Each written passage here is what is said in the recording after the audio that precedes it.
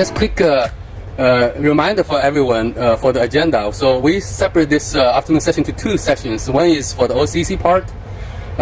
We will have all the discussion, and then the second part is more for the site for the Saiheat, the technology development plan. So I bring up the topic in case people want to look at the agenda and see the timing. We kind of flexible. We put a block, and we kind of go with the see how the goes. So I'm coming up for the first part of the OCC. What I'm going to do is just give a report out. What have we done from last event last year, and let me see it work. So again, just want to I shared this last year. So I want to re-emphasize what the OCC Heat Recycling Center, what is our mission and our goal.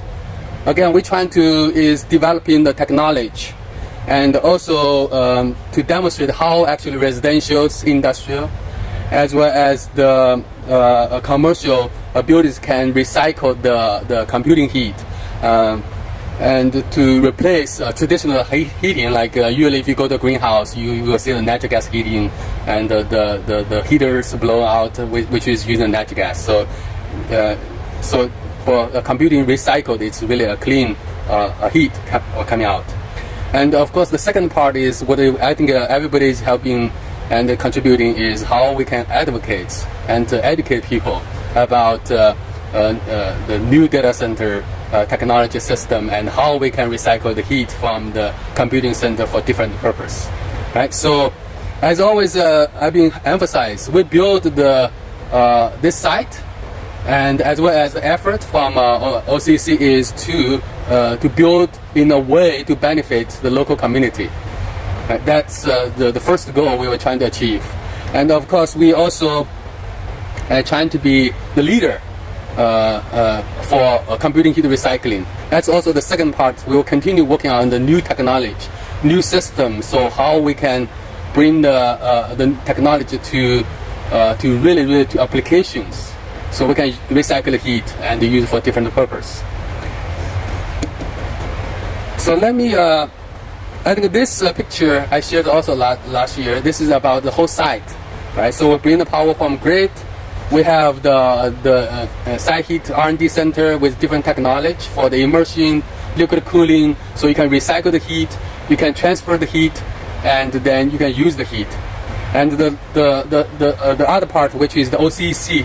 Computing Heat Recycling Center is really trying to explore system technology, how we can effectively use those heat recycled from the computing data center. So now let me quickly give some high level. I think our people will talk about in details for each one. But first, I want to bring up is we really want to thank Amer Community Fund approved our funding application.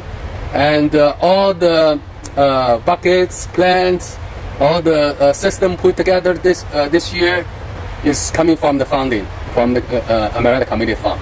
Thank you. And also we spent quite a bit of time to get the greenhouse going. You can see the picture. George is helping to the stuff, and I also had a video on the website. We not only helping us. Actually, Marcus, I learned a lot from him. How to actually do the soil stuff, and learn so much about the seeding. And yeah, we got the greenhouse ready to go, and you guys can see today. And this is the design. We're going to have the entrance part. That will be the seating area as well as for the education area. This TV will be hooked up at that side. When students come in, they will use this TV and also the table for the teaching. And then we, besides the seating area, we also self-build a dripping system. The whole thing at the left side you will see later on is we have 4 lines of dripping system, so we can automatically control the dosing, control the dripping time. And nice thing is, actually I'm from Arizona. Every family has a dripping dosing system, so it's not so hard for me. But anyway, we build this thing, so that's a good thing. And we have 4 lines built already. So 2 lines for one is for spinach, one is for lettuce, and we have 2 lines for the tomato. The string will be the tomato goes up and hopefully will grow something. And this is a detailed plan. You can see today the 2 land 4 and 3 and 4 is all planted, and land 1 and 2 we're trying to. But we are trying hard, and we are learning, and we're trying to get help also. This is just a detailed explaining how this is being heated. So last year, probably you guys already, I think, saw the system. So outside was a computing system. They circulate by itself with a cooling tower, and the pump house where is the heat exchange. So after the heat exchange, the water will go into the underground through the underground and coming up, and the pipe is the hot water goes through the floor system and goes back to the pump system. So this is how we actually heat the greenhouse. We can so we'll also develop. I think still have some optimization goals. So the temperature here is monitored, and the floor heating, the water flow rates, and the temperature can be controlled by the system. So when the temperature goes high, they will slow down the flow rate, as well as can even drop the temperature. And the temperature goes down, they will increase. And also, exciting thing is with Abby's help, I think she's going to talk more detail. And we have the center education programming is in action. We have the website built, just a screenshot of the website. We have every time we have activity going. We have pictures, we have contents going up to the website, and also we have class material uploaded to the website. And now I think Abby is rolling out, talking to schools, and also we have intern help. We're trying to get the site education activity going. So we'll continue developing other activity at the site, along with trying to get funding. We have the fishery system built here, but we're still working on with the fishery farm, as well as building a system for the water supply. But we have the equipment ordered, actually is on site already, so we're going to build next to that. And we'll continue to work with different industry to explore different testing systems. We'll continue writing a proposal to apply funding to build the site. So this is, again, we'll continue with the funding support from sponsors like Saiheat, and also from Community Fund, and also we I think Marcus will talk about it for collaboration with Ohio State and the other program to get funding. And this is a quick report out from what we've been doing over last several months, and we'll continue working on it, and hopefully by April we'll have a nice report out for the Amer Community Fund and for everyone else as well. Thank you.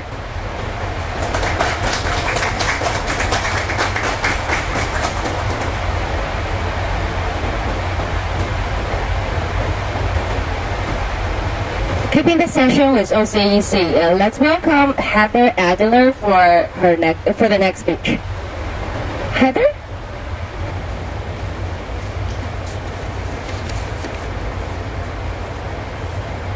Good afternoon, everyone. Thank you for allowing me the opportunity to share our support for this very innovative project in our community. As a community foundation, our mission is deeply rooted in collaboration, in making connections, and supporting initiatives that enrich the lives of our residents. This project really stood out to us because of that collaboration. Generally, we are helping to connect nonprofits to other nonprofits, helping to build that bridge and build that collaboration. But this project already came to us that way. It already had the built-in collaboration. It had the different partners already lined up, and it was honestly just very exciting for us as a community foundation to be able to support a project like this, and that touches not just one area of our community, but so many areas. This is not just a greenhouse. This is a platform for learning, innovation, and also for local food production. That was probably one of the most interesting aspects of this project for us as a community foundation. It's touching so many different areas. One, we have the students that are going to benefit from this experience. They're going to be able to learn about technology, but they're also going to be able to learn about agriculture, and they're going to be able to have real life hands-on experience, and that's very important for our local students. Additionally, the food that is produced in this greenhouse will go to our local food pantries via Washington County Harvest of Hope, which is an organization that we support on a regular basis. And local food security is very important to us as a community foundation. We support all of our food pantries, and so being able to support a project that is helping them as well is very attractive to us as a community foundation. We're really excited to support this innovative project, specifically the greenhouse. We're also very excited about the future projects that this program has in mind. And I know Tao just touched on a few of those, the fish hatchery, but also the aquatic center. So those of you who are from Washington County know that that is a very hot topic for our community right now. And I know that we have several groups and several different organizations working to find a solution. But to be able to have this organization come in and build a solution for our community in that respect is very, very exciting. We're very thankful for your innovative mindset and wanting to address different issues in our community. So we're very excited to support this project.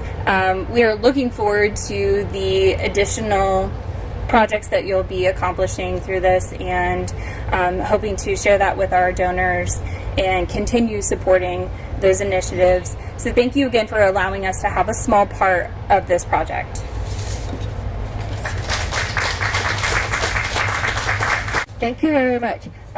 So from the information we have now, this site is used for a educational program for OCEC about computing and computing heat recycling.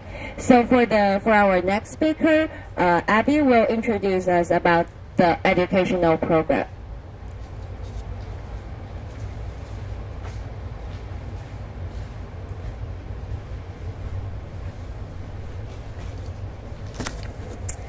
Okay, hi everyone. Thank you for being here today and supporting this site and education work that we are all committed to with this project. I'm Abby Campbell, and I'm an agricultural educator and FFA advisor at Fort Fry High School, in addition to helping direct the education program here. My work within the community has allowed me to see firsthand the impact of when business and industry partners with education. Your presence here helps to underscore that importance and our dedication as a county and as a community to our next generation's growth. This site's development already, as we've heard this morning or this afternoon, has been a process of collaboration and truly a vision of what I see career technical education being for our community as we move forward in the future. We are truly at a transformative part in our nation when it comes to education in general. There's a major shift towards prioritizing career technical education, work-based learning, and real-world experiences for our students. These experiences just aren't about classroom learning, but about bringing the classroom into the world, where students are able to gain firsthand practical skills, real-world knowledge, and understand how their learning connects to future careers. I see this every day through agricultural education, which has long realized the power of experiential learning, and my support for this shift in education is rooted in knowing how impactful it is to students of all backgrounds. When I look ahead to what this site can become, I'm envisioning a hub of opportunity where we can create and nurture community partnerships that are going to benefit students, teachers, and administrators alike. This journey began with an initial tour for administrators from Washington County, where we were able to share our vision and highlight the progress of the site. Since then, we've opened up opportunities for schools to visit, which includes an upcoming field trip from Warren High School's computer science program, which I found out today they're bringing 47 students on site, which is awesome. This visit is just one example of the potential that this site holds to introduce students to exciting career paths in high-demand fields like IT and manufacturing. We recognize the challenges that educators face when it comes to leaving school. Missing class time, the cost of buses, substitutes, and these are all barriers that we're well aware of, and I know that we're committed to supporting opportunities for educators and students to be here. We want to bridge the gap between these challenges and make sure that students are having this experience. And so one of the ways that we've done that is by taking steps to share our curriculum on the website and also share that with all the principals and teachers within Washington County. Our aim is to make this site a seamless part of our already ongoing career readiness initiatives that are taking place in several different forms. In the last 2 years, every student in our county has taken an aptitude test. These results have provided insight into students' strengths, but also has allowed students to input their own career choices. As expected, the data tells us that students have high aptitudes in fields like manufacturing and IT. Yet they often lack interest in these fields. This is to point out a lack of awareness, not a lack of capability. Our goal, then, is to use this site to help introduce students to the career opportunities that are available right here in their own communities. It's about broadening their awareness so that they can visualize a future where they can use their talents here in their community in industries that have in-demand and high-demand careers. As a county, this involves not just K-12 education, but also partnerships with higher education institutions and the strong support of organizations like Building Bridges to Careers. One of our exciting goals is to help students explore technology-related careers, fields that they may not necessarily associate with hands-on learning. For example, this site might offer the chance for a student to see fields such as Bitcoin management, artificial intelligence, and heat recycling technology. We want students to see technology not just as a field for coders and computer scientists, which are equally as important, but also a space for innovators, environmentalists, agriculturalists, and problem solvers. Our greenhouse space offers this dimension entirely. We can create partnerships that give students direct access to a living laboratory, where FFA students, for example, could develop science fair projects or engage in supervised agricultural experiences. These projects teach valuable skills such as record keeping, preparing for a job interview, and other tasks that are important in future careers. And this extends not just to CTE or career tech education. We should be looking at how we can integrate career readiness skills across all curriculum subjects and into all classrooms. All students need to have what we consider to be the portrait of a graduate and build on those career skills. Through work-based learning with CTE programs like FFA, which are mandated to incorporate 250 hours of work-based learning upon graduation, we can use this site as a way to do that. Students can accumulate valuable real-life hours, grow their skills, gain recognition through awards, and explore potential career paths that really show how agriculture is STEM and how technology is in agriculture. We know that when students are active participants in their learning, they're not only more engaged, but they're more prepared to face the realities of the workforce. In fact, recognition of this need has led our own high school to pursue greenhouse grants over the last 5 years. I'm pleased to announce that as of last week, we are moving forward with construction of our own greenhouse at Fort Fry High School. There are many high schools in our area who do not have access to these opportunities, and this site I envision as being an opportunity for all students and teachers to learn how they can recreate and gain these types of skills and these types of experiences on their own turf, at their own high schools. In closing, I want to reiterate the strides that we've made by informing our administrators and educators of the opportunities that we have here, and then how we can continue to collaborate on this site to support the county-wide initiatives of career readiness and technical education. I hope that we can continue to work together to make this site a cornerstone for career preparation for all students across Washington County. Thank you.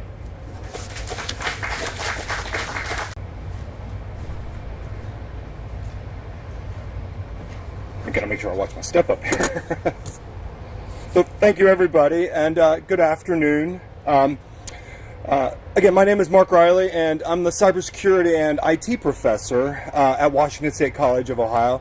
I'm actually the new professor. I got there last year, so I'm still new. I actually live in Athens County, so I'm sorry, guys. I'm a newbie here. Actually, my wife and I have talked. Maybe we should just move over this way. That would definitely shorten my drive. But thank you again, everybody, for inviting me here. I guess first off, I will invite everyone out to our fall open house tonight at the college. So from 5 to 7, we'll be showcasing some of our programs because I guess things are looking great. Our enrollment is up, especially in areas like my cyber program. And we recently moved from just a 2-year college to now we are a 4-year college thanks to our nursing program. And we've started that discussion. I've had my dean ask the question many times, Mark, what's it going to take for us to take your 2-year cyber program and bring it to a 4-year program? So those are talks that are currently in there, and I think partnerships like what we're working on here is something that's definitely going to make that happen. So I'm honored to be here today at Bit Heat Day, representing not just my college, but most importantly my amazing students. As of right now, we have 77 cybersecurity students enrolled in the program. We've actually got to the point we've got to start offering more classes. So that's a great problem that we haven't had to address in I'd say probably a good 10 years. So things are looking great. A big thank you to SciTech for this wonderful opportunity to collaborate. And a special shout out to Dr. Wu, I think, who started this off. He visited my classroom about 2 months ago, and I think you're going to visit my classroom. I think every time since. It really sparked this interest and enthusiasm in my students. As a teacher, when I can get students sitting there asking me questions, like that's like the dream job. And I've got students asking me about this, like, what is this? Tell me more about this. So we're getting a lot of that. So again, special thank you there, Dr. Wu, for doing that. I'm thrilled to see some of my students here today. Actually came today, so I'm thrilled to see that. And we're ready to dive into this world of sustainable technology as well as innovation. As many of the previous speakers mentioned, this is tying all of that together. We're not just teaching agriculture here, we're also teaching like technology and Bitcoin mining and all that cool stuff. And that, from a professor standpoint, that's how I get my students interested in it. They really don't want to hear me talk about stuff in a PowerPoint, but they love hearing about this stuff here. Our cybersecurity program already boasts some amazing partnerships. We're a Cisco Networking Academy partner. We're also a partner with CompTIA, who has some of the industry-leading certifications out there. And we're a recent partner. We just partnered up with EC Council, who takes care of a lot of the cyber world. So a lot of our students get a good range of networking from Cisco, the Cisco world, which is the industry leader. They get a good base in the IT fundamentals from CompTIA, and now they're getting a great base in cybersecurity. This added partnership really just kind of solidifies that, and well, ultimately, it's our students who are going to benefit from something like this. Our students get an amazing 2-year hands-on education in our current program. In a collaboration like this, we're going to introduce students to, well, the innovative side of technology here. I've been talking for many years. With Intel coming to town, our whole state is going to look a lot different here in 5 to 10 years. It's already looking very different. Go to North Columbus and look at all the apartment buildings and cities that are popping up there. I feel like we can get this here in southeastern Ohio and in our counties as well. We can get that trickle-down effect. There are companies that will do business with Intel and all that. So I think this is that trickle-down effect that we're seeing. We're seeing the different type of manufacturing and business and industry coming in. So this partnership is very new. Although I don't know yet what these collaborations are going to look like. Ever since Dr. Wu and I have connected and he has come to my class, my head has just been spinning, trying to think of all the different service learning projects, internships, even everything down to the little assignments that I can work in on my end to tie this all together. So again, I think I'm here to say that I'm committed, as well as our university. We're committed to creating these best learning experiences. I think I put it here in my notes. It's the meaningful, real-world learning experiences that I think that we're creating. We did that for a long time in the classroom. I think we now have to step it up a little bit more with the new generation of learners. This is a perfect example of how we can do that. So I'm looking forward to all these future projects, and I think together we're gonna pave a way for a brighter, greener future. I dream about a nice heated aquatic center too. I think ever since you guys told me that, I'm like, I live in Athens. I want a heated aquatic center there too, as well as many of the other things that you guys are learning about, and we're all going to learn about together. But I'm looking forward to all the possibilities that lie ahead. So thank you, everybody. I don't have a lot today, but I think we're going to know a lot more in the next coming year as we start seeing this start working into our college program. So thank you, everybody. Hold on a second, Mark. You just said you have an open house at your school later today? Yeah. Would you give us a little bit more information in case anybody would like to go to his place and take a look at that thing? Yeah. And so actually, from 5 to 7, and for those who might not be familiar with our campus, so it's 710 Colgate Drive, just right outside town there in Marietta. From 5 o'clock to 7 o'clock tonight. They did want people to RSVP, but there have been many people that are just coming, so we expect that. So please, if you know of anybody who's looking at taking the step going into college, have them come and chat with us. I think that's the first step. Our success coaches will be there. Our faculty will be there. I always invite folks, come check out our classroom. We have one of the nicest cybersecurity teaching spaces, I feel, not just here in the Mid-Ohio Valley, but probably in the larger area as well. So please come check out our teaching spaces. Our nursing facility has those $80,000 sim mannequins, that they use, and all the other universities. So we have all that stuff. Please come out, talk to one of our advisors. Our financial aid folks will be there. Talk to one of the professors like myself, and just kind of start that conversation. If you know somebody who wants to start that conversation, we'd be happy to start it with them. So, thank you. Anybody would like to go visit tonight? Reach out to that guy. Next, we will have another joint program holding by OCEC about careers. Let's welcome Tasha.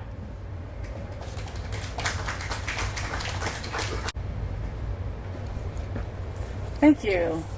And thank you for having us here today. So first of all, Building Bridges to Careers is a nonprofit organization. We're about 12 years old or so, and we focus on bridging the gap between education and employment.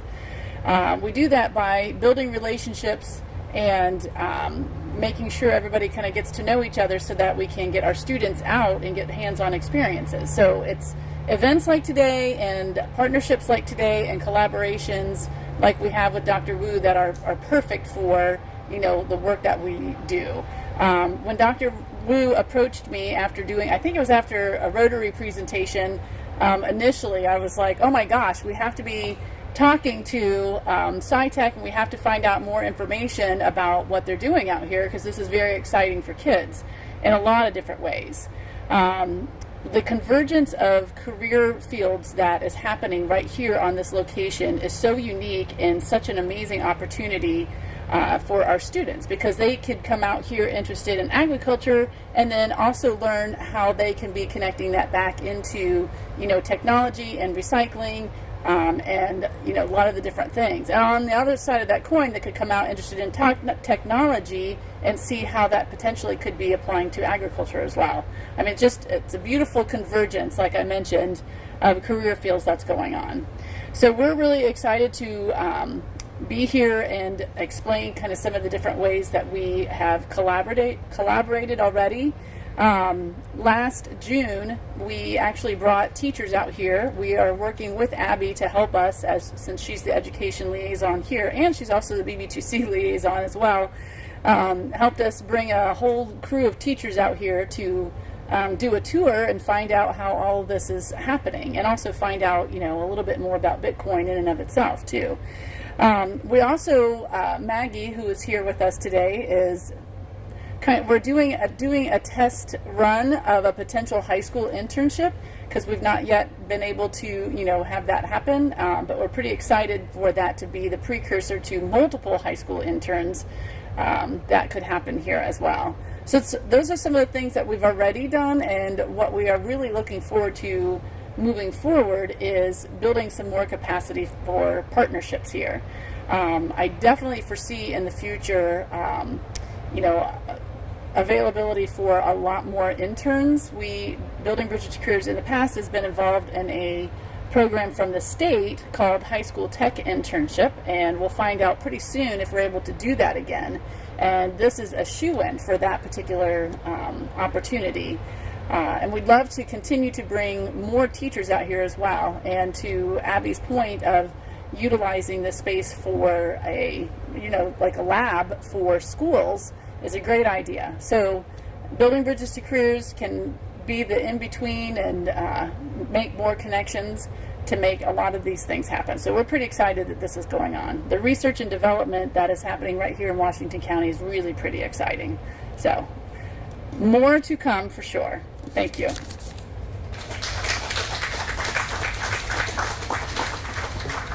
Thank you. These are all the speeches for the OCEC parts. Do you have any questions about the last 5 speeches we have? Because that's all the introduction from OCEC, and we are ending this session, so we have a very short question period. Anyone? Okay. Let's take a short break. For the next session, my team from Saiheat will give you a lot of information about our products, our projects. But let's take a 15-minute short break here. I see new people showing up. Feel free to grab some food, and let's just have a rest. All right. Thank you. Again, for this session, I think the last session is more about a report out what we've been doing for the greenhouse, for the OCC recycling center, and now I think last year I just come in, and over a year, what I found is I got so much support. I got to know so many people, and at the same time, actually, a lot of is in self-introduction, and as well as introduction about not only by myself, as well as about the idea and the technology we're having. I think this year, and I'm going to talk about this for the event, is what we want to do together after we know in the community, after we know in the local business, what we can do together. Just like Commissioner Schilling said, we want to bring the best technology to Washington County. And we did with this site last year, but if we look at what is the future technology going, and that is where we want to be in. This is the part of the presentation I want to share, and I've been thinking, I've been discussing with Jesse, with commissioners, what we can do, what we need to do, so we can be always staying ahead in terms of technology, in terms of future opportunities. So the title I put up here is, we want to build the first advanced liquid cooling AI computing center ecosystem in Marietta. So let me, I don't know why it's, oops. I think, I don't know why it's not clicking. Okay. Let me give a little bit background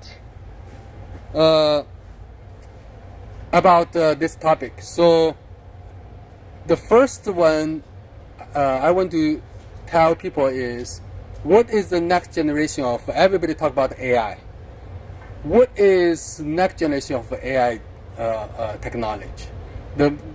If you look at the Nvidia, or look at everybody talking about next generation, is the high power demand. And why? Because the chip come to 5 nanometer, 3 nanometer, 2 nanometer. When the chip becomes smaller and smaller, but you can make more and more calculation per chip. But at the same time, the challenge is how you do, as I mentioned, every calculation, what you do is you use some electricity to apply to the circuit and do a calculation. Then the energy, the electricity, 100% convert to heat. That is the physics of calculating.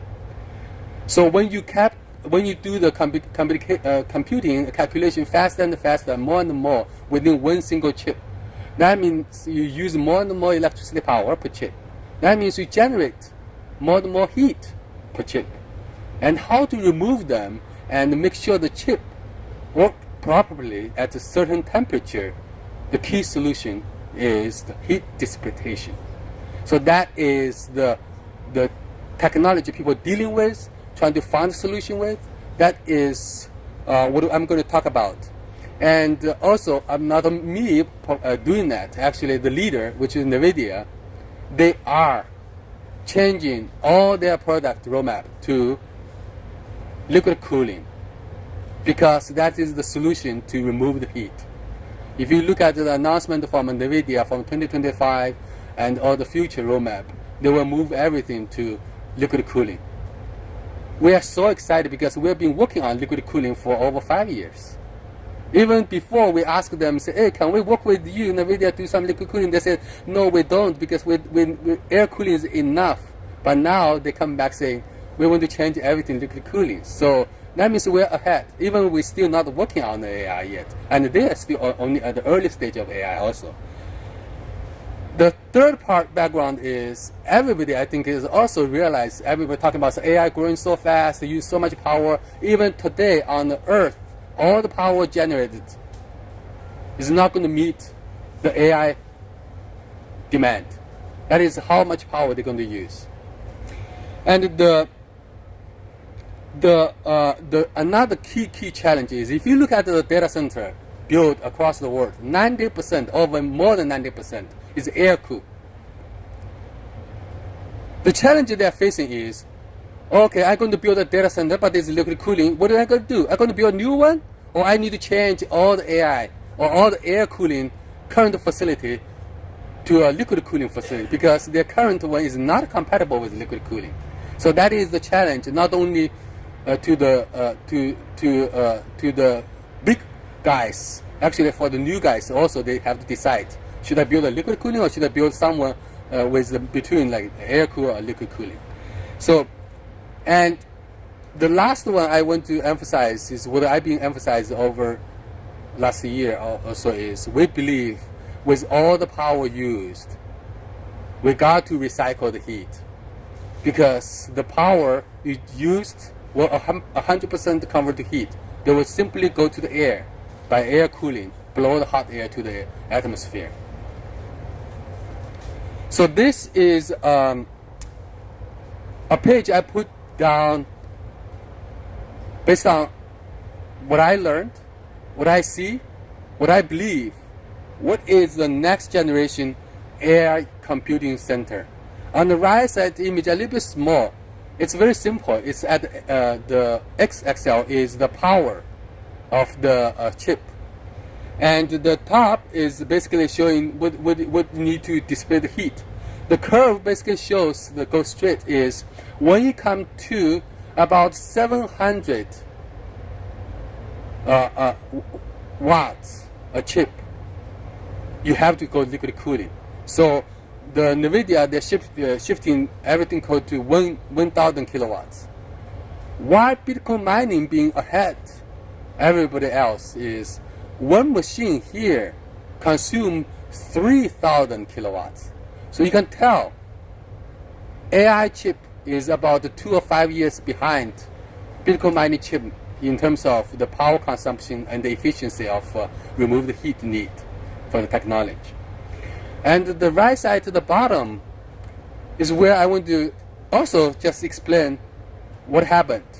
If you look at the cloud, that's the left side. That's what everybody using. Amazon, Microsoft, Google. They build a big data center. That is the cloud data center. That is where the people put big ones, like Columbus, they put big ones. But when you come to the next generation, where the data processing is not at the cloud, is actually at a user, close to the user condition. For example, when you develop an auto drive, people today say, oh, we're talking AI, we're talking model training, so you make the model at a big data center, at the cloud, at data center, you build a model. But when you actually use the model, how are you going to use the self-driving? Basically, you install a lot of camera on the car. The car, when you drive around, they collect so many images, so many moving parts. They need to get those data processed. Then the car knows, oh, this is a person, this is a tree, this is a street. If you want to collect those images from the car, and then you send all the data to the big cloud data center, you need a lot of cable, not of network requirement. So the future will develop is will come out a lot of we call edge computing or edge cloud, which is going to build a lot of small data center, just enough to process miles around that area because the car is driving. You just collect data, you process, just like your cell phone. If you look at 10 years ago, maybe 15 years ago, 10 years ago, everybody using a phone. We're talking about the underground cable is the processing data. You have Warner Brother at that time. That's how you can process data fast because your phone is so slow. Of course, you cannot play game at that time. But why you can process your phone data, you can play game so fast because you build a lot of cell towers. Similar idea. For the AI next generation coming, today the early stage, everybody making the AI model. But when you come to next generation, when people start to use those, everybody making their own, let's say your video shop, processing your data, making your video, driving car and your own car, processing all data, and all other activities with AI processing, you want to process it locally. And what we want to do here is we want to see what is needed for that happen. So the first one would be, definitely will be the AI server in those edge computing center. And the second is liquid cooling, because that is need to meet those server requirement. The next is electricity, because you don't need 100 megawatts, probably 200 megawatts, but the local ones are definitely like 10 megawatts, 5 megawatts, or maximum 20 megawatts is enough to run in the local processing for the AI related activity.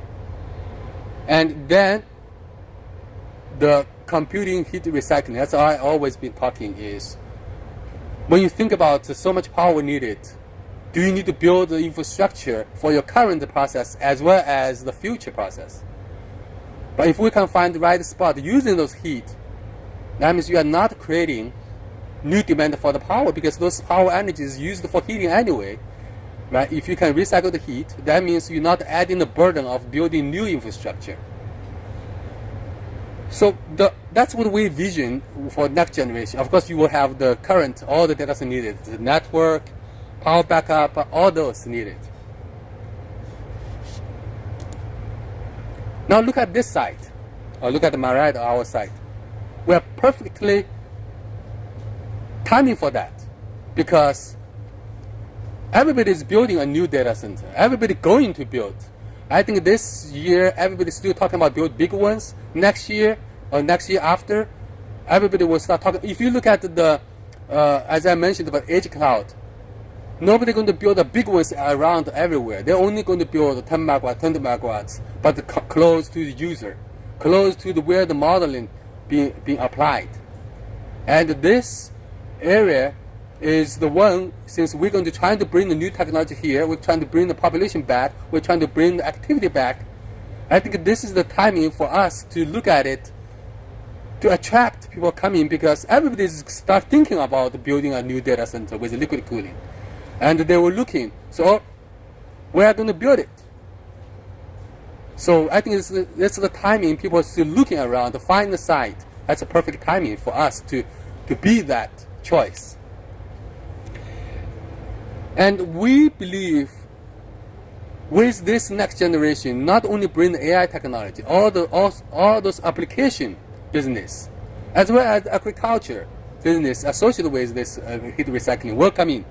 Bring both high-tech as well as the local traditional industry together with this next generation computing center. And this site, we have 10 megawatts ready to build. We have the infrastructure ready. If you look at the site, everybody select site. One thing is they need to build the electricity infrastructure. They need to build, find the right substation close by. And we have 10 megawatts facility ready. With the transformer on site, everything is ready. Just need to pull the wire and ready to work. And the nice thing is we've been operating for liquid cooling for more than 1 year here. No issue happened. It's proved reliability and quality. And we have computing heat recycling technology applied today. So we believe, at least I believe strongly, Marietta will be the place, can be the place to demonstrate what is a future AI computing center design looks like. Not only just do the computing by itself, using a lot of power, using a lot of water, using a lot of hot air generation. So we want to use this site to demo what people should thinking when you start building site at everywhere else. This is the new product design. Just like this one, we call the Rackbox A1. I think Chi will talk about it in detail. We have a container-based and have all the system associated with the AI data center needed. This is a picture of the AI. This is one box will have about 400 kilowatts. So like 2 boxes will come to 1 megawatt. And you have 2 sets of cooling system. One is the liquid cooling system, and another system is the box for the AC to keep the inside the box at the AC condition as well. And this is a detailed analysis of the product, top view. So the box itself, and inside the box is the racks. The racks, actually, if you look at the racks today, it's a compatible racks actually. It's the same structure of racks. Inside the design will be a little bit different, but the size of the racks is the same. And you have the server, you have the NVLink for network, you have the circulation system. And this is the plan I've been trying to discuss and work with people to see. We're going to build a team. Last year when I come here, I think I know very well about Bitcoin mining. I don't know much about the greenhouse, but I learned so much around from people here. And I've been learning. Now we build this thing. But it's more about current technology and how to put them together. But this one is new. New to me, new to everyone else. I think new to everyone in the world, actually, if you look at the AI data center. So we're going to put a team for the center development plan team. So we're going to trying to share this idea with the big guys like Nvidia to let them to understand one day to build. They need to thinking what is the next generation, and so they can come in to support the idea, to support us to build a new design, a new AI computing data center ecosystem to demo here. And we're going to have a local business who are going to use the the data center with the business partners and the customers, and we actually put a detailed plan, and we're trying to share with team, local business, and big companies to come in to join to develop this center. What I want to last thing I want to talk, and also I strongly believe that's why exactly over the 1 year I've been learning, I've been get to know so many people. The most exciting that Jesse was asking me, say, what do you like most? I think it's the help I got from day one along the whole year. So I want to really to thank again, to acknowledge is as Saiheat. That's what I'm talking about. I'm the OCC person. I'm wanting to do a lot of things, but for Saiheat as the CEO, I want to really appreciate the continuously support from local government, from commissioners, from communities, and from business partners. And I, as well as our team, will closely work with everyone, local business partners and the team. We're trying to work together to build and want to demonstrate. Again, as I mentioned, as OCC, I'd be the first of this kind. Want to build the next generation data center technology at the Marietta site.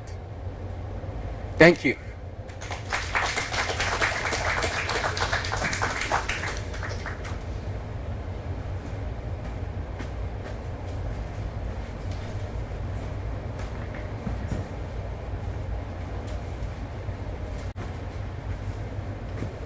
Thank you, Tao.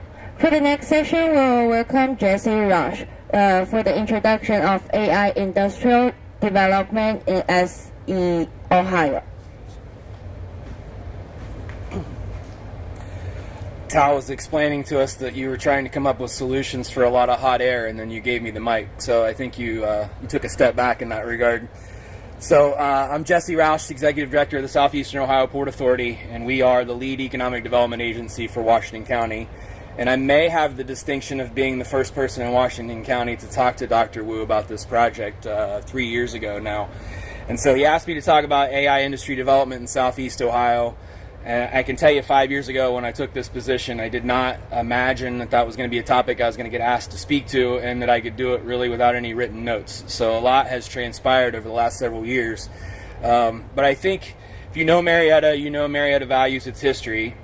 And when I talk about this project and another one that I'll talk about here in a few minutes, people want to know kind of why here.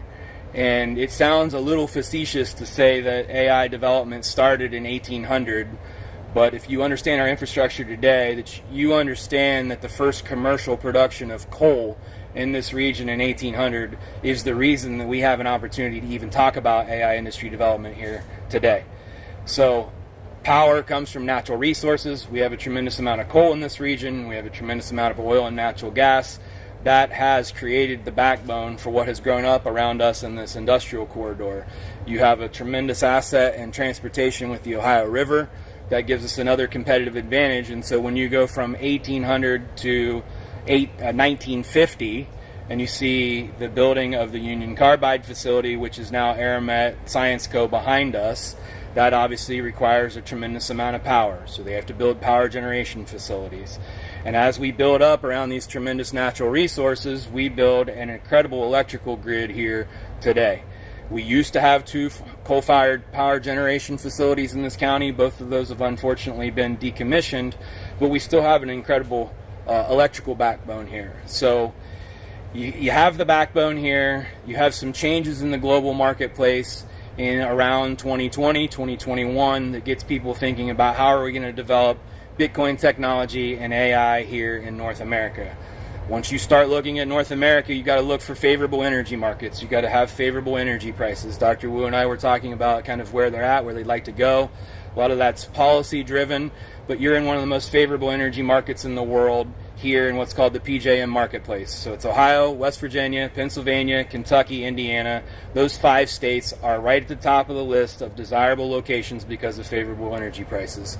So then if you're going to say, I got to be in those 5 states, it's pretty logical you want to start looking for where the power generations facilities are. And so by 2021, in our position at the Port Authority, we had actually purchased the former AEP facility in Beverly, and that got me really into this space where we're talking about what it looks like to do cryptocurrency, what it looks like to do AI, and what it looks like to do that here in Washington County. And so it was a real crash course in what people were looking to develop.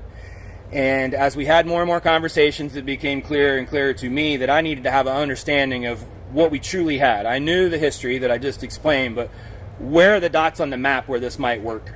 And so Dr. Wu and I have a mutual friend named Amy that works for AEP. She spent hours and hours on the phone with either one of us talking through where do these projects make sense. And so speaking of internships, we had a great intern that summer who put together a map for us and a list of locations where we knew we had some capacity. And a lot of times the questions in those days were, how much do you have and how fast can you get it? Okay.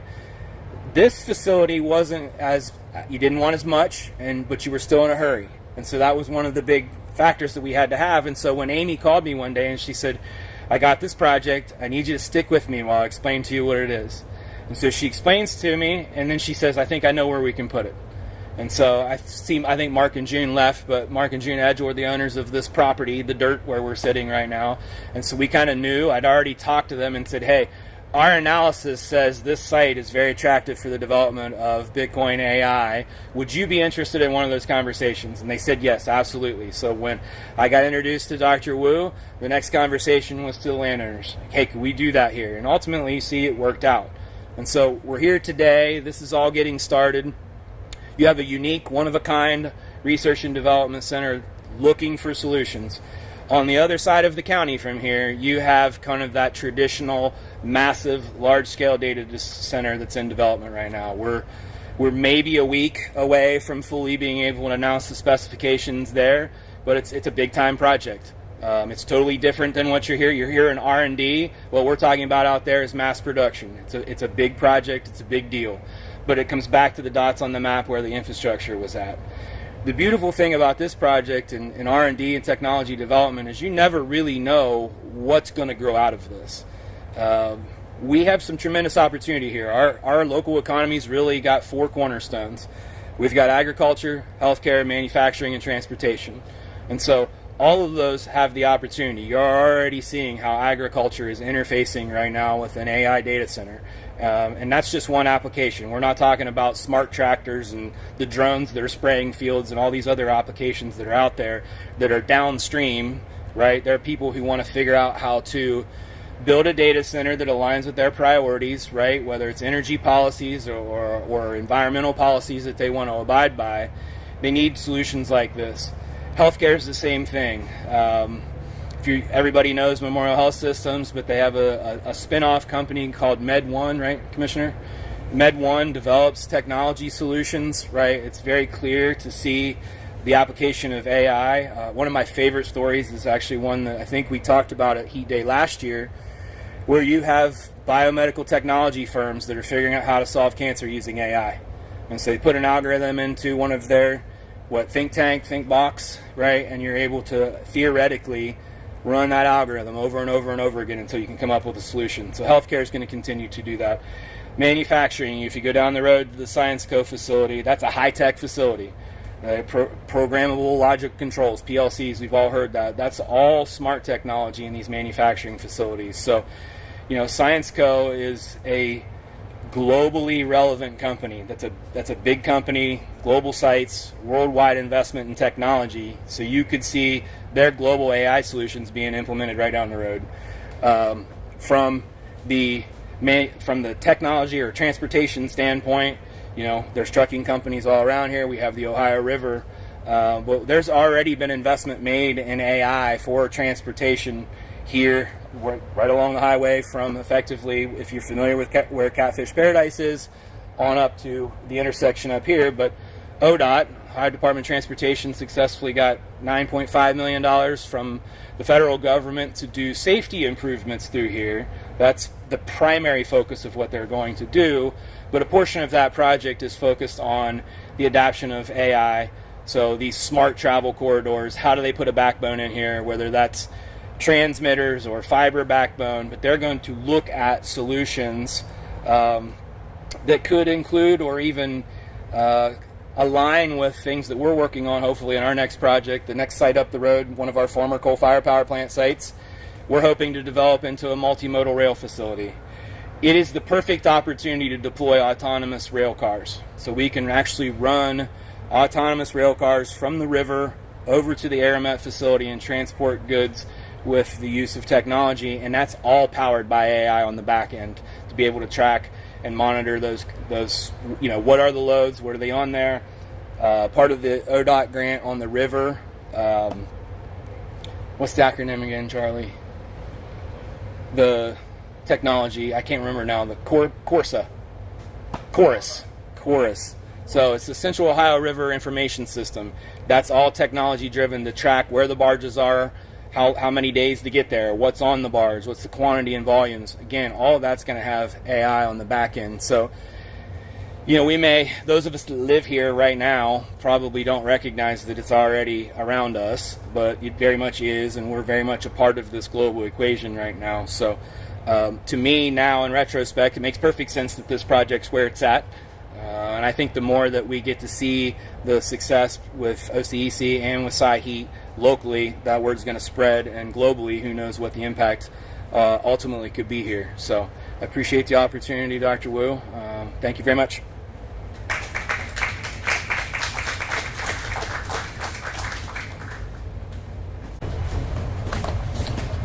Hello, thanks for having me today. My name is Marcus McCartney, and I'm from Ohio State University Extension right here in Marietta. And I can remember a couple years ago when Jesse reached out to me and I said, "You're going to do what? With grow what?" Well, I had no idea what you're even talking about.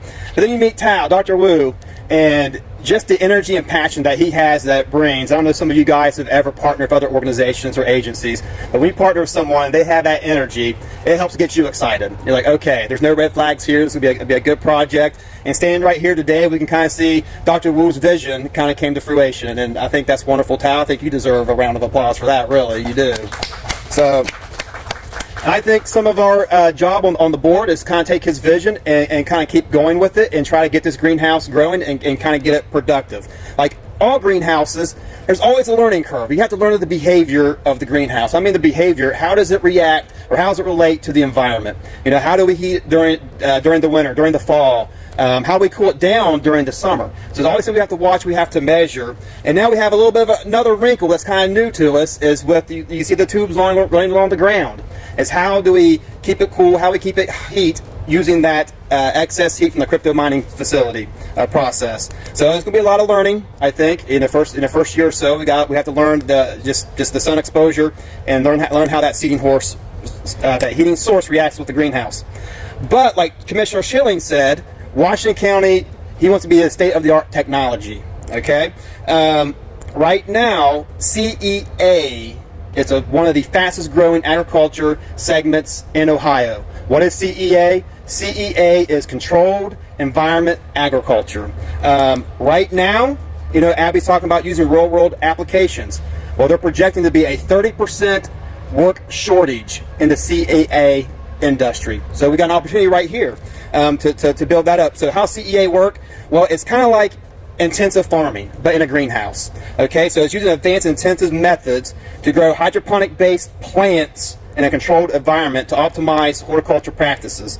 It's basically combining plant science with engineering and computer systems to grow plants and to grow our food. To think about here back, 100% automated. And that's where we see a lot of happening in Ohio. We see a lot of it happening in Columbus right now, and they're kind of working on that. But we do have that 30% shortage, so we do have an opportunity here for workforce development. And CEA needs a sustainable pipeline for talented workers, and we can provide, working with the high schools, we can provide that opportunity, working with Washington State, to provide that workforce of skilled workers and professionals to that industry. For example, one of my colleagues in Columbus, they're doing the same thing. They're working with industry, a company called Crop King. Abby knows a little bit about Crop King, and they have implemented these systems. And I'll reach out to OSU, some of our professors up there at the college, very interested in this site because we have a little bit of a different wrinkle, don't we? Because we're heating our greenhouse with the byproduct of the crypto mining processes. So at Columbus, if you guys ever been up there at Waterman Farm, we used to have a lot of greenhouses, your old traditional type greenhouses. So they tore those down. It's been about a $23 million project in building these state-of-the-art, technology facilities, and up there we call it OHCEAC, Ohio Controlled Environment Agriculture Center. And they're the ones that really spearhead the effort of training professionals and workforce, and they want to replicate what they're doing in Columbus at this site right here. And one of the representatives will be here tomorrow at 2 o'clock. Dr. Tao and I will be Dr. Tim McDermott, and we're going to meet to see how we can implement what they're doing up there here to meet that need here in Appalachia. And the cool thing about OHCEAC is they already have curriculums developed for that educational workforce development, but we would actually cater that towards Washington County, towards this green OCEC, and actually towards Appalachia. And that curriculum actually, not only are we focusing on adults, but we're also focusing on the youth aspect. So we'll be working with elementary schools, potentially putting hydroponic systems or raised beds at some of the schools. You go up to middle school, get a bit more intensive. Go up to high school. Now we maybe have Abby's talking about getting a greenhouse at their school. Maybe we can put a CEA system in their greenhouse as well and get those kids exposed to it. So we also have manuals and online curriculum for teachers to use. So we like to say we're growing teachers and plants both throughout the growing season. So the CEA is really cool. I think it's going to be really interesting. If you guys have ever seen automated anything in agriculture, it's phenomenal. I'd recommend, if you guys ever see an automated robotic dairy operation, check it out. First time I saw it, it blew my mind. And I'm hoping when people come here to see this greenhouse and they walk in, we're going to be blowing minds as well. But to make it work, we need to maximize the impact of this greenhouse to make it, like Abby said, real world application. And so when they leave, they can get employed right into the workforce. So CEA, let's go over the top of crops that are traditionally grown in CEA. Well, our leafy greens, that's one of our more common ones. Lettuce, spinach, kale, arugula. I don't know why anyone would want to grow arugula, but it's a common one grown in CEA systems. Herbs, we got basil, cilantro, parsley, and mints are commonly grown. Your microgreens, and those are young little seedlings of vegetable plants and herbs, basically. In the last few years, with the technology and CEA developing, we're seeing mushrooms like shiitake mushrooms, oyster mushrooms being grown in these intensive systems. We're seeing more tomatoes, pretty much any variety you can use. You see the little strings that are going from the bag up to the rafters. Yes, so our tomatoes are technically a vining plant, so you get those cherry tomatoes, we go up to the rafters with them.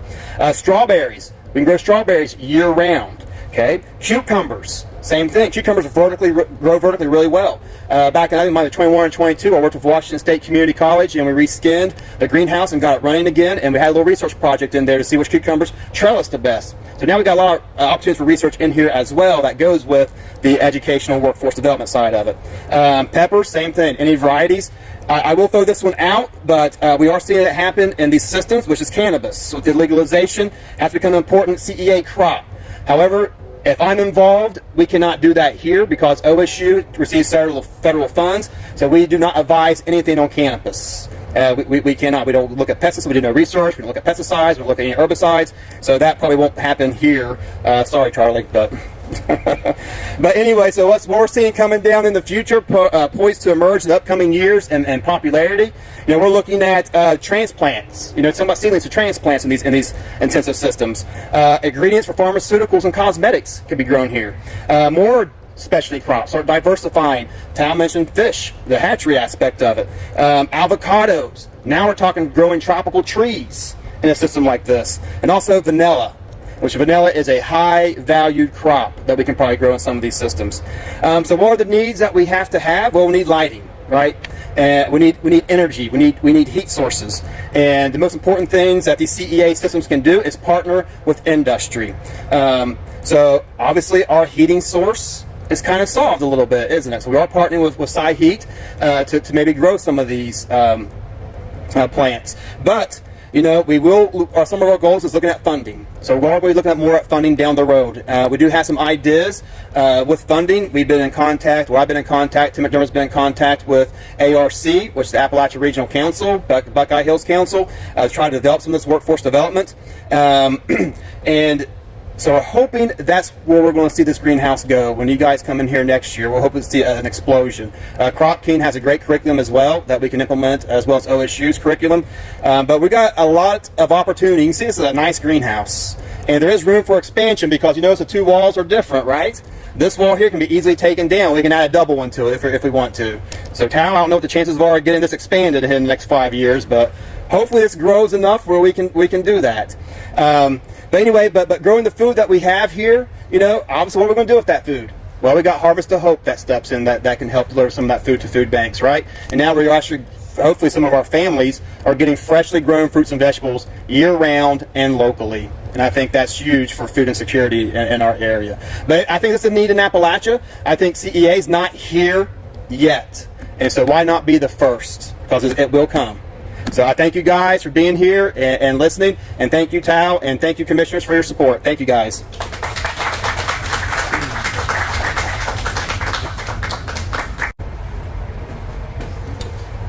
Thank you, everyone. Thank you so much for being here. And thank you for all of the presenters.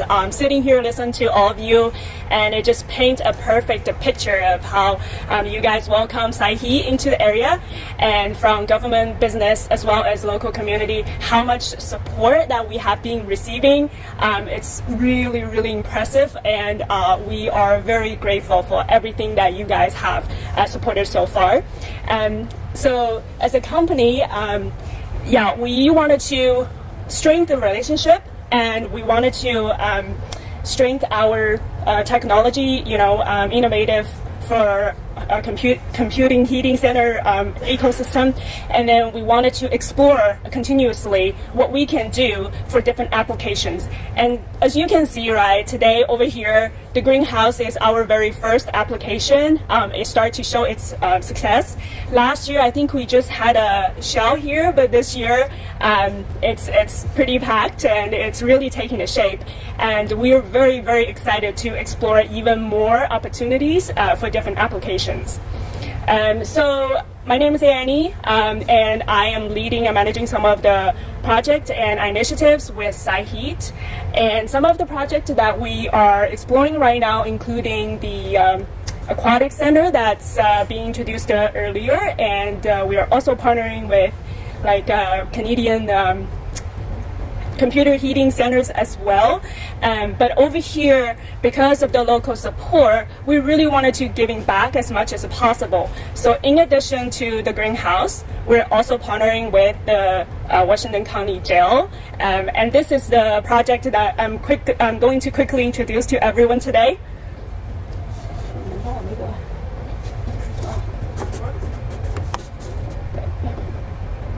All right, so here's a local map of the Washington County. I think most of you are familiar with that, right? Where it's at. It's pretty close, and our focus here is integrating our advanced computing center ecosystem into helping them into enhance two parts of the heating within the facility. So let me see.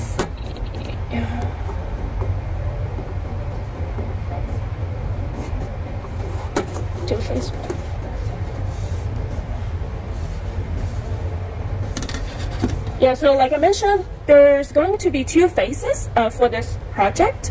And phase one, we are going to enhance hot water and supplement their hot water supplies and partially replace their hot water. I think currently they have 190 kilowatt natural gas boiler as what they use to provide their hot water needs. And with our system, we are looking at supplementing this, and as well as partially replacing it, and eventually using the gas boiler maybe as a backup for this facility. And here is a quick drawing for the system. As you can see, it's a very simple system. The little boiler on the right is what they currently have, and with our innovative system, which is a more smaller module cabinet design, a lot smaller than the container you see outside, but it still has the capacity to provide the heat the site needs. So our engineer is working tirelessly, trying to wrap up the design and pushing the project forward. And then once we achieve our goal in phase 1, we're going to move to phase 2 for the heating of the entire building. And we're going to use similar concept. It's just a slightly different application for the heat recycling purpose. I believe right now they're using the 440 boiler right now, and this capacity will be slightly bigger than hot water. Alright, so just very quickly go over the benefit of the project. Obviously, everyone probably already have a really good idea like what the intent is for this project. It is intended to, again, as an initiative to giving back and support the local community. This is going to be our pioneer example of application for our recycle program. And obviously, this is going to improve the energy efficiency tremendously by reduce the reliance on the natural gas usage. And on the cost side, right, we always want to look at the cost side as well. Since we're using less natural gas, the savings on the natural gas over the time will be quite significant as well. And then last but not least, there's a huge environmental impact on this initiative as well. And by using the energy efficient technology, we are able to reduce the carbon footprint for the facility. And we're going to also help strengthen the future growth of the reduce use, less of the fossil fuel as well.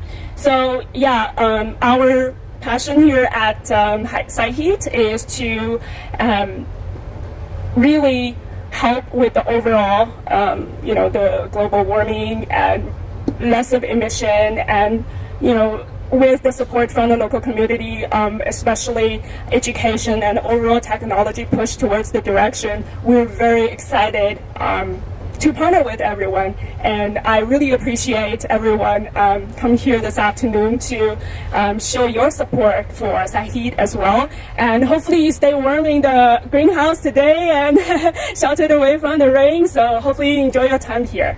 And thank you so much.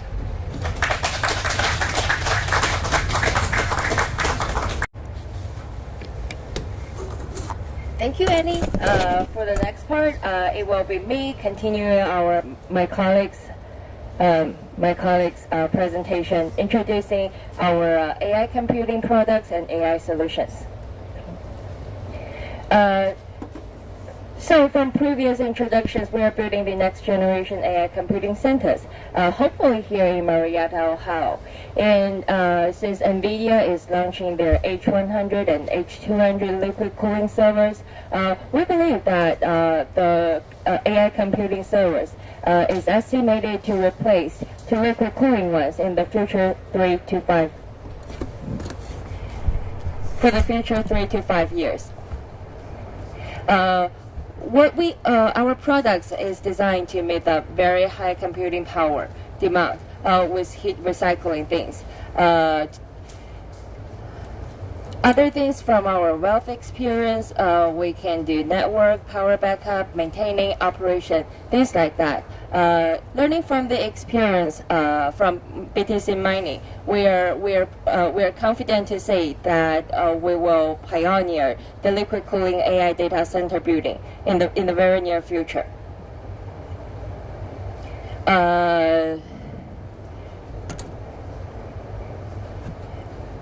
Other than the experience, we also have the proven experience of survey selections and supply chain partners. For this A-series product lines, we have launched two different types of AI products. One is for cold plate, and the other one is for immersion. For the cold plate liquid cooling products, we are offering a very low total cost ownership integrated solution with PUE which is the power usage efficiency lower than 1.2. The estimated investment return of investment period is at 2 to 3 years. The integrated solution is of intelligent management with fully compatible design, just like our containers over there. We can easily just ship and install them with very flexible field requirements. There are three major products, actually four major products for the cold plate liquid cooling products. The first one is this rack CDU. It's designed to meet 10 to 40 kilowatts capacity. It is intelligent controlled with cold resources. The other one, rack cab over here, is our newly launched cabinet product. This is the only product in the market that has integrated liquid cooling solution as well as computing heat recycling system in only one cabinet, approximately this tall. So it's very compatible and it's all in one. You just need one that cabinet and you have everything. This one is designed for 100 kilowatts with high energy efficiency, IDC standard for AI computing. If we have higher demand, the cabinet could be customized to extend its capacity up to 200 kilowatts. These two are smaller products, and we have a bigger one at 1,400 kilowatts. This is also for AI high performance data centers, but in a larger scale. We have a very accurate temperature control on this product. Could be accurate as 1 to 1 Fahrenheit. Though it's very big and with large capacity, the thing comes in only 0.002 inch filters, which means it's very which means it's very, very complicated. It comes from quality detection and leakage detection, and things could automatically replenished with very limited operation maintenance needed.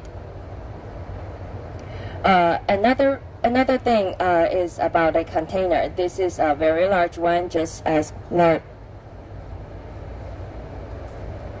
as the containers outside. This is designed in a 40 feet standardized container with 8 by 42 U racks. Each rack can carry 4 different cold plate Nvidia servers, and each server has 8 different graphic cards. So in total, one container could hold 256 graphic cards. And this one, just like our other rack box BTC containers, its PUE could be low to 1.15. And with one container, it could heat 65 square foot greenhouse, just like this one, but larger, or 47,000 square feet residential facilities. For the immersion liquid cooling part, it's just a different technology, but same result, like the cold plate ones. For this immersion liquid cooling solution, we have designed single-phase immersion and two-phase immersion.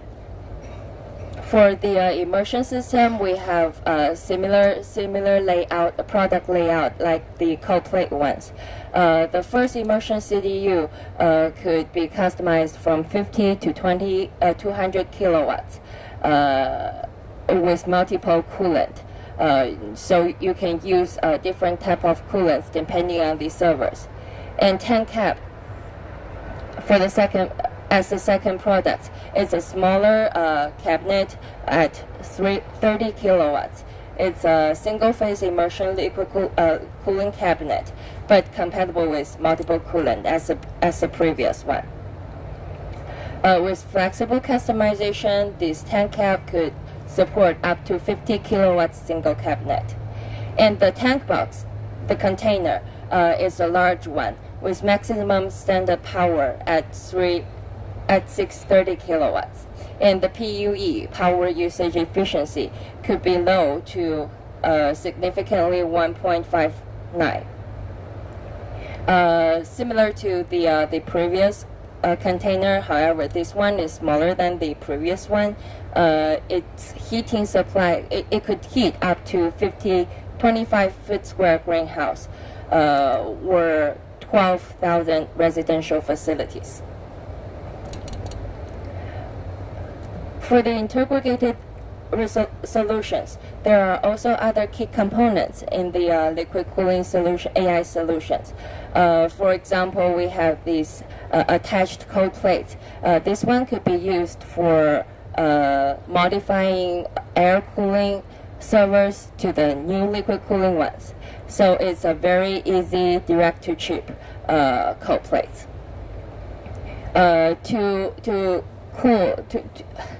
To extra dry cooling the servers, we have designed two different types of dry coolers, a smaller one and a larger one. They're designed in different capacities, but in the similar use. We have also designed our own application for the infrastructure monitoring system. The system could monitor the environmental temperature, humidity, and internally the liquid temperature, power system, server computing usage, and so on. It is available on Android and iOS systems. Last but not the least, we have this heat recycling container that is adaptable to both BTC and AI series. Just like we are launching the new version of heat box this year, but for this facility, we're still in the previous version pump box, just for the heat recycling part. And we have already introduced that the greenhouse is heated by the computing heat collected over there.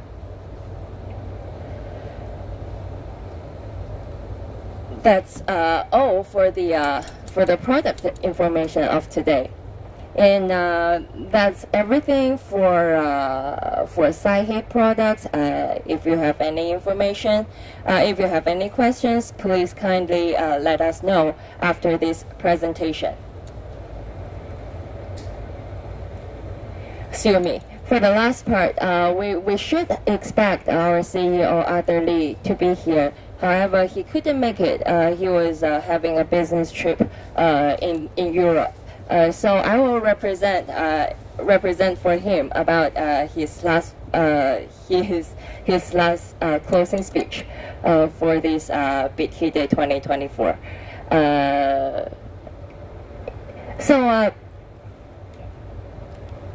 If you're a OCEC member, you may probably see that the OCEC is opening a Open SMR initiative, which is a sustainable energy solution specialized design for computing industry. So with this group, we aim to bridge the gap between energy needs of computing industry and nuclear solutions by aligning the technology to data center demands. To do that, we will make our patents open source, which ultimately the cost of building data centers will be super low, and the power of usage will be sustainable and green. To start this initiative, the ecosystem of this group would be worldwide, from nuclear suppliers to industrial partners and to data center operators. The our advisors have given us a welcome a speech, a video actually, to do that for the congratulations of the group.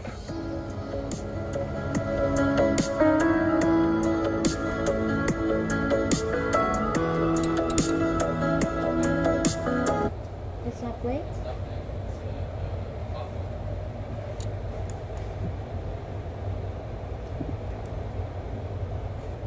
Is it?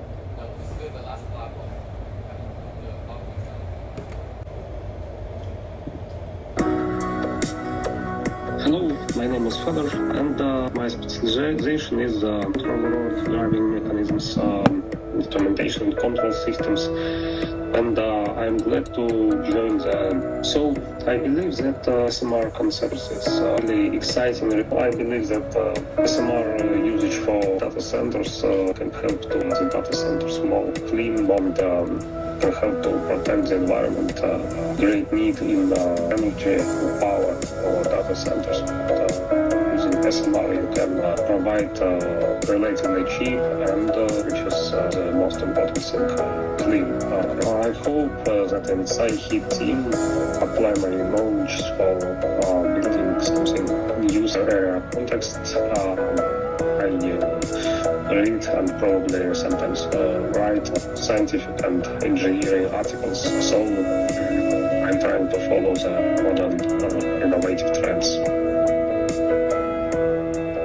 Hello, my name is François Morin. I am by training a physicist and a nuclear engineer. I had the opportunity to work several years as a senior engineer in reactor design in France, and I also worked several years in nuclear medicine technologies as a kind of expert in energy analysis, and I act as an intermediary with the decision makers in the world in the nuclear industry. Google announced that they would have an agreement with Kairos Power for buying MSR, molten salt small reactor of 50 to 150 megawatt and up to a 500 megawatt fleet. Amazon also set up an agreement with X Energy. The need for power just for data centers and artificial intelligence could reach on the features and the capacity of the so-called SMR. And here we come to the analysis of cost and benefits of the SMR specifically for the data center usage. Why is it interesting to have an SMR? Because a small capacity means first small initial investment. Second thing, we know that plans for renewable growth is the plan is all over the world. EDF has proven that such a thing is possible with large reactors, and they can decrease the power by 900 megawatt in less than 30 minutes wherever in one of their reactors, which means changing the power not only 200 times a year, but several times a day. Patents currently developed by Saiheat and Saiheat are important in the SMR debate. How to ensure safety, how to better manage fuel utilization.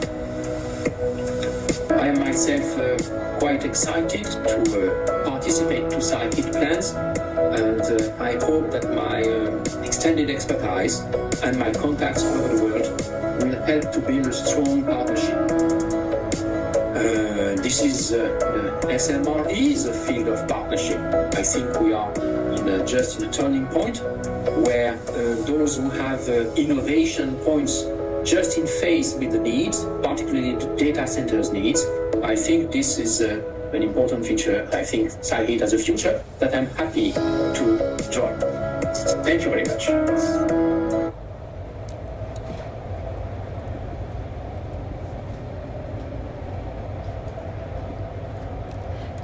We're good?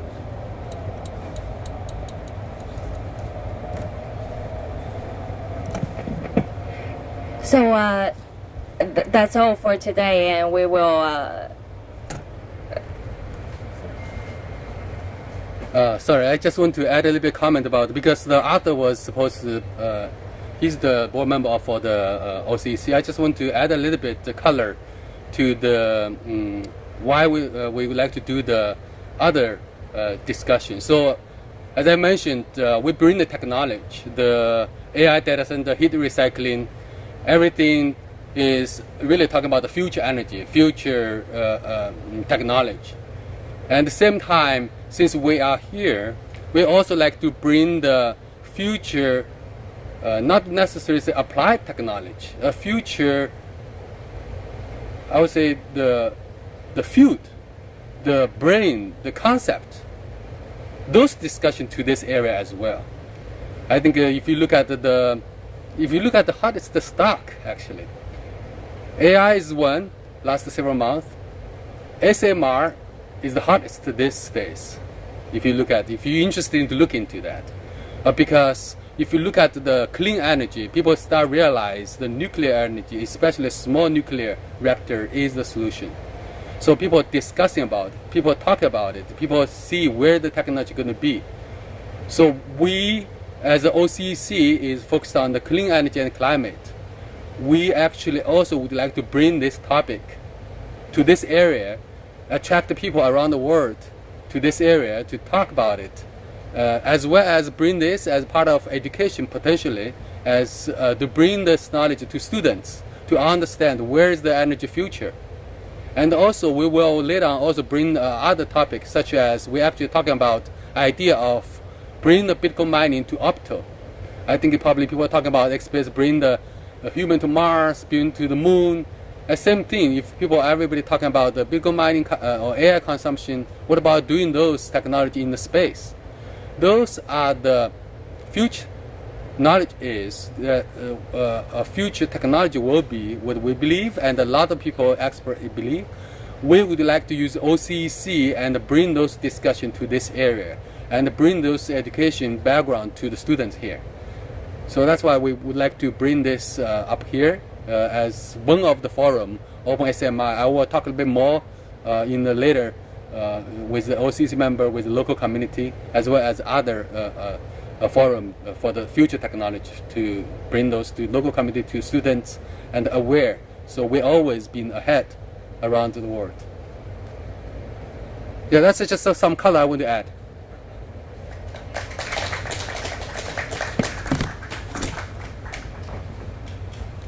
That's all for today. Thank you guys for showing up. Thank you for keep until now.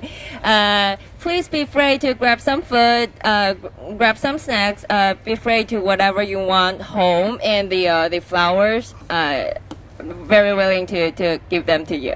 Yeah. Yeah. Thank you.